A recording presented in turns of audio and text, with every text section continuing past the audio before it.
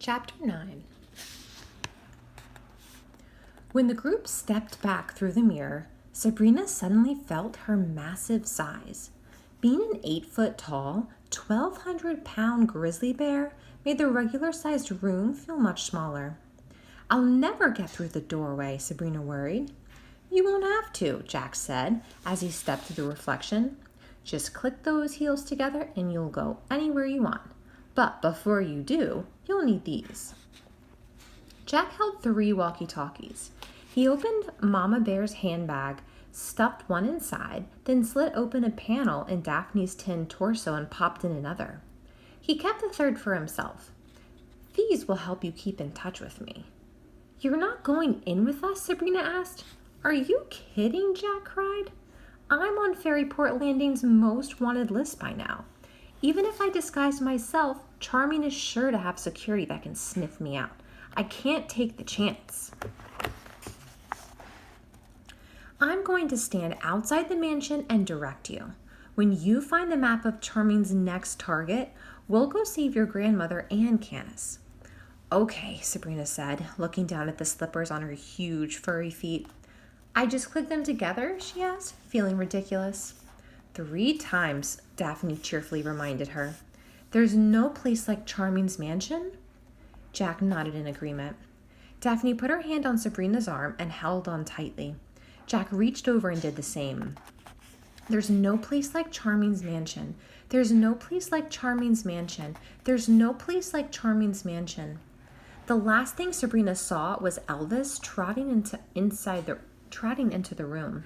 In his mouth was a piece of fabric Granny claimed was from a giant's pants, as well as a big scrap of Jack's pants. He spit them out onto the floor and whined for attention. But suddenly, there was a pop and the lights went out. Sabrina's ears filled with a squeaky sound, like someone was slowly releasing the air from a balloon. And when the lights came back on, the 3 of them were standing in front of Charming's mansion. Marble columns framed a golden front door with a coat of arms above it, depicting a lion fighting a snake. The lawn was immaculately trimmed and bordered with stone paths and clipped shrubbery. A statue of Prince Charming, surrounded by admiring woodland animals, rose out of a fountain in the middle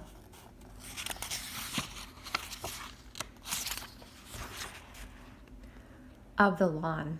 Several hulking attendants with green skin and oversized muscles, parking valets, waited by the circular driveway, opening car doors, taking keys, and driving the cars away. A car pulled up in front of the house, and a blonde woman in a blue bonnet and a puffy dress got out. She reached into the back seat for a long white staff with a curled end. Before the attendant could close the door for her, half a dozen sheep tumbled out and eagerly followed the woman inside. "Little Bo Peep," Daphne cried. "Can you believe it?" "Okay, girls, I'm going to stay out here and let you know if the cops show up. Keep your radios on and try to stay inconspicuous," Jack said. "I'm a grizzly bear in a dress," Sabrina muttered. "Charming's office is on the 2nd floor," Jack continued. "I'd mingle with the guests for a while, work the crowd, and find your way up there without attracting attention. Once you find the map, pop yourselves back down here and we'll go find your giant," Jack finished. He gave them a thumbs up and disappeared into some nearby trees. "He makes it sound so simple," Sabrina grumbled to Daphne. A line of guests waited to be announced, so the girls walked to the back of it. In front of them were a large man and his wife, having some kind of argument. "Isn't there a line for the rich people?" the woman groaned.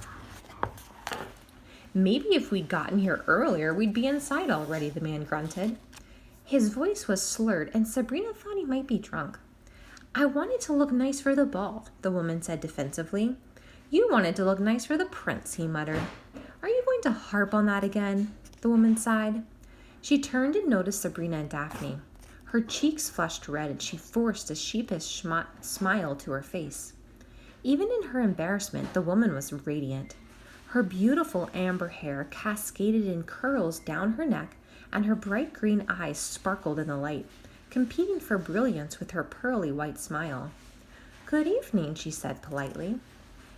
Her husband turned to see who she was speaking to, and the agony of his face was revealed. His features were pushed flat, giving him a cat-like appearance, accentuated by the mane of hair that framed his face. Long fangs crept out of his mouth and hung down nearly to his chin.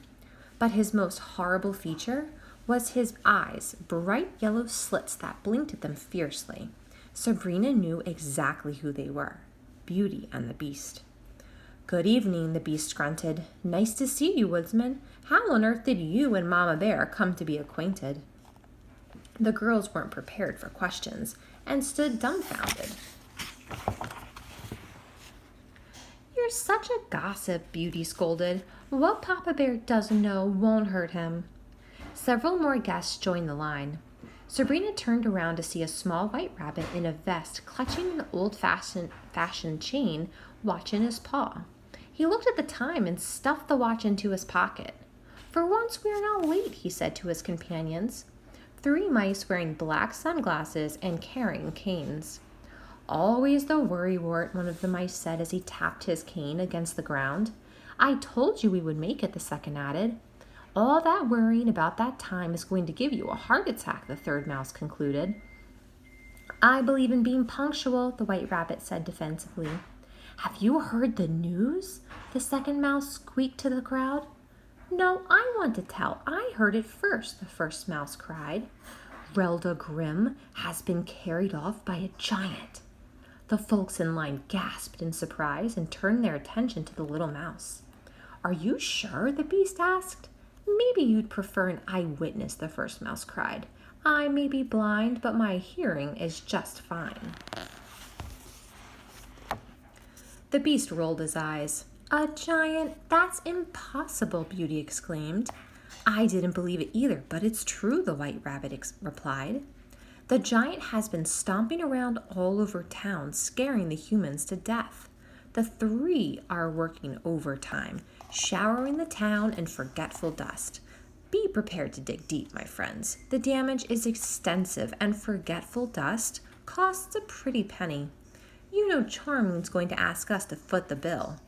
Sabrina hung on every word. "If she's dead, we might actually be able to leave Fairyport Landing," Beauty cried, unable to hide her excitement. "Has anyone tried?" "The barrier is still intact," said the third mouse, almost stumbling over a pebble as he stepped forward with the moving line. "We tried it this morning." "Well, I wouldn't get your hopes up about Relda meeting an untimely demise," the rabbit said. "I'm sure Canis will save her. He always does." "Oh, that's not going to be a problem this time," the third mouse chirped.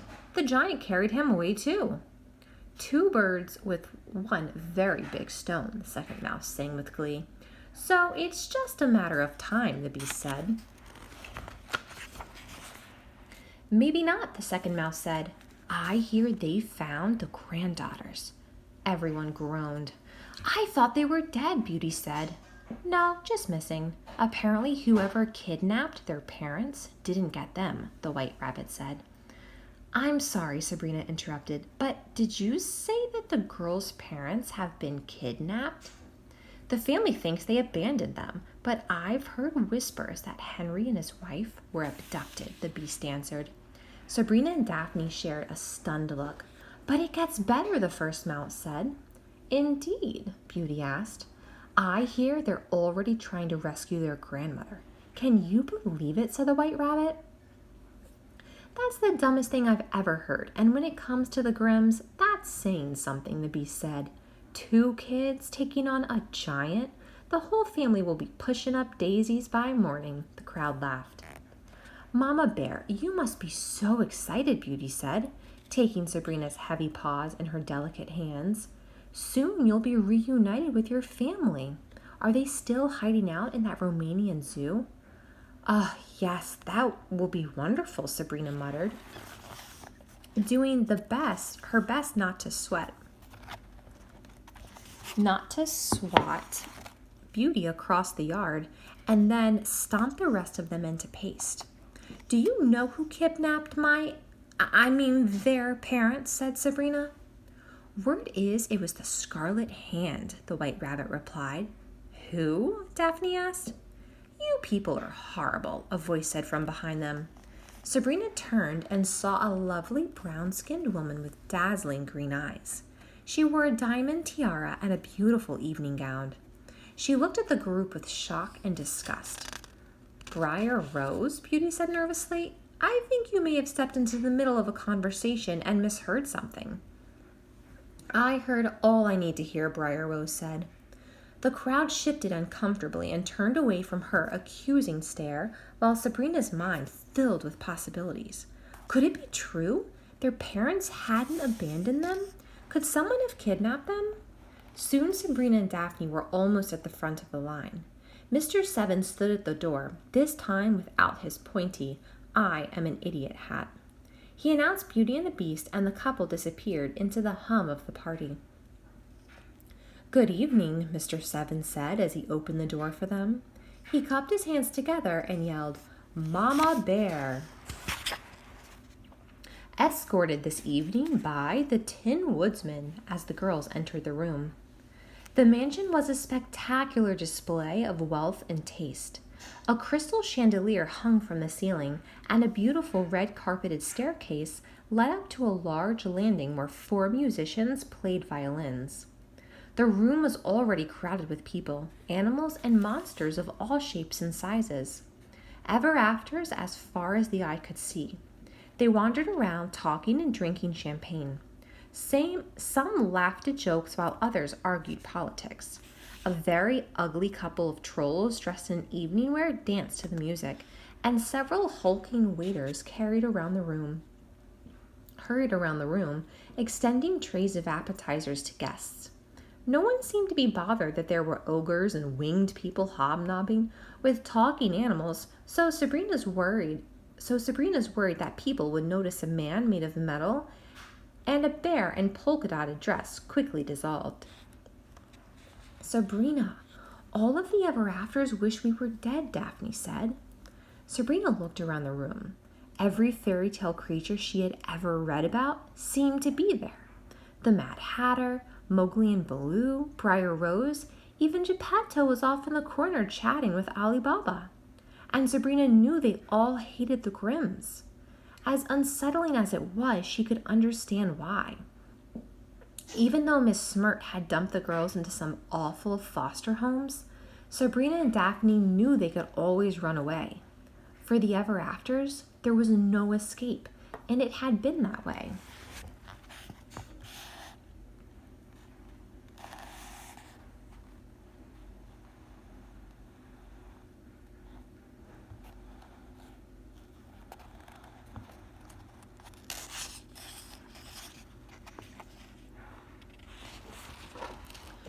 So for the ever-afters, there was no escape, and it had been that way for almost 200 years. It must be torment for them, she thought. "Let's get out of here as soon as we can," Sabrina said. "Good idea. Where should we start?" Daphne asked. "We need to get into the mayor's office, but we also need to know where Charming is while we're doing it," Sabrina explained. Daphne looked around the room, but couldn't spot him. Let's just stay out of the way and keep our ears open. Once we know where he is, we'll make our way upstairs. For now, let's mingle." The two walked awkwardly around the main room, gawking at the various literary celebrities and capturing bits of conversation. "So, she's not coming?" a lion asked a huge black panther. The panther licked its paw and hungrily eyed Sabrina. "She never comes," the panther said. "If I had left him at the altar, the last place I'd want to go is the man's house. I think it's very respectful of Snow White not to show her face here." "But that was almost 400 years ago. The man has been married at least half a dozen times since," the lion said. "Cinderella, Briar Rose, and Rapunzel are all here. If they can move on, then Snow White surely can. This community is important." At that moment, Mr. Seven shouted from the top of the red staircase, "Ladies and gentlemen, we're pleased that you could all attend Fairyport Landing's 100th annual community ball." The musicians laid down their instruments and everyone turned their attention to the mayor's assistant. Allow me to introduce your host for this evening, your mayor, His Majesty, Prince Charming." The violinist immediately broke into a stately song as a pair of double doors at the top of the stairs swung open. The crowd burst into applause as Charming waved and descended the staircase. He glided around the room, shook hands with everyone he met, kissed women on the hands, and called everyone by name. Mr. Seven followed closely, handing out business cards. "What do you say, woodsman?" Charming asked, taking Daphne's hand and shaking it vigorously. "Hello," Daphne seethed, unable to hide her contempt. Charming reached over, took Sabrina's massive hairy paw, and placed a kiss on it. "Mama Bear, as lovely as ever," he said with a wink. "I hope the two of you are having a wonderful time." "We are, thank you," Sabrina said sharply. Maybe she had gained a bit of Mama Bear's aggressiveness with the disguise, because for the second time that night, she thought she might like to swat someone with her paw. One quick whack and she could probably take Charming's head clean off his shoulders. Instead, she smiled and did her best to curtsy, imagining how ridiculous this move looked from a 1,200-pound bear. "Please, eat, drink, have a wonderful time. This celebration is for us," Charming said as he swept on to the center of the room. "Friends, I am so happy that you could all attend the annual ball," he continued. "Each year we gather together as a community to toast our hard work and, most importantly, our patience." Charming's words sent a frustrated rumble through the crowd. "But once again, your support is needed to continue to build our community," he said. "There is still work to be done, and we need your help to maintain services, to fund our fine police force, and to support various other community endeavors. So I ask you, when you contribute tonight, give deeply. In fact, give until it hurts, or I'll put you all in jail." For a moment, there was complete silence, and then Charming grinned boyishly. The crowd burst into nervous laughter. Suddenly, a woman pushed through the crowd. Her face was white with powder, as was the long wig she wore on her head. An overly generous black pencil had been used to accentuate her eyebrows she didn't have, and to draw a large black mole on her left cheek. She wore a royal gown decorated with large red hearts, and flanking her on either side stood 2 armed guards who, much to the girl's amazement, were playing cards as tall as men. "Prince Charming, what are you going to do about the giant?" the woman demanded. The crowd grew silent, but Charming merely smiled at her. "Your Majesty, it is such an honor to have the Queen of Hearts here at the gala," he said. "You haven't answered my question," the Queen snapped, eyeing the crowd to make sure everyone was paying attention. "I think the community deserves to know what you are doing to protect this town, and if the money we give each year at this party of yours is well spent. Every ever after can rest assured that my administration is on top of the problem," the prince said. "The sheriff and his deputies have been searching the forests, and my best witch is busy casting locator spells. And if that doesn't work, well, I'll just go lock up the next 200-foot man I see." The crowd chuckled at his joke. "That's all fine and good, Charming," the Queen replied, "but one must ask how a giant got loose in the first place. This kind of thing would never happened in Wonderland.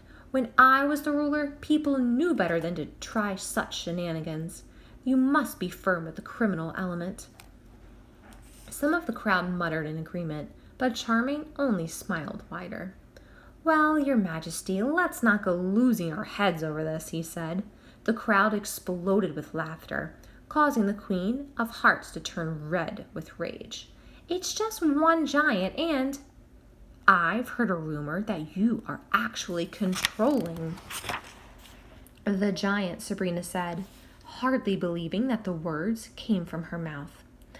"Mama Bear, I never pegged you for a gossip," the prince replied. "Did this nasty little rumor you heard carry more information? For instance, why would I want a giant smashing up the town?" "So you could buy the land back cheap and rebuild your kingdom," Sabrina replied. Charming's face turned pale. "Nonsense," he muttered. "What if the Grimms hear of this?" asked the Queen of Hearts. "Relda is already aware of it. The giant has carried her off," the prince informed her. The crowd roared in shock. Relda Grimm is in the hands of a giant, the queen cried. As is Mr. Canis, Charming added. The crowd went silent, and then a smattering of applause broke out. Many of the ever-afters shook hands and patted one another on the back, while others looked worried and upset.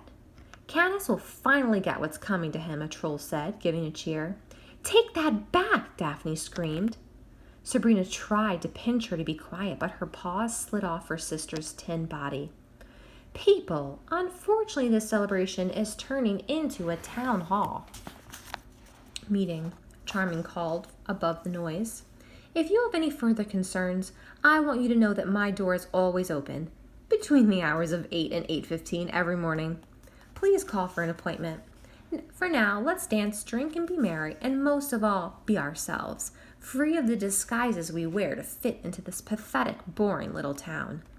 The night is young, and by the grace of magic, so are we. Charming's words were followed by another lively tune from the violinists, and the festive mood soon returned.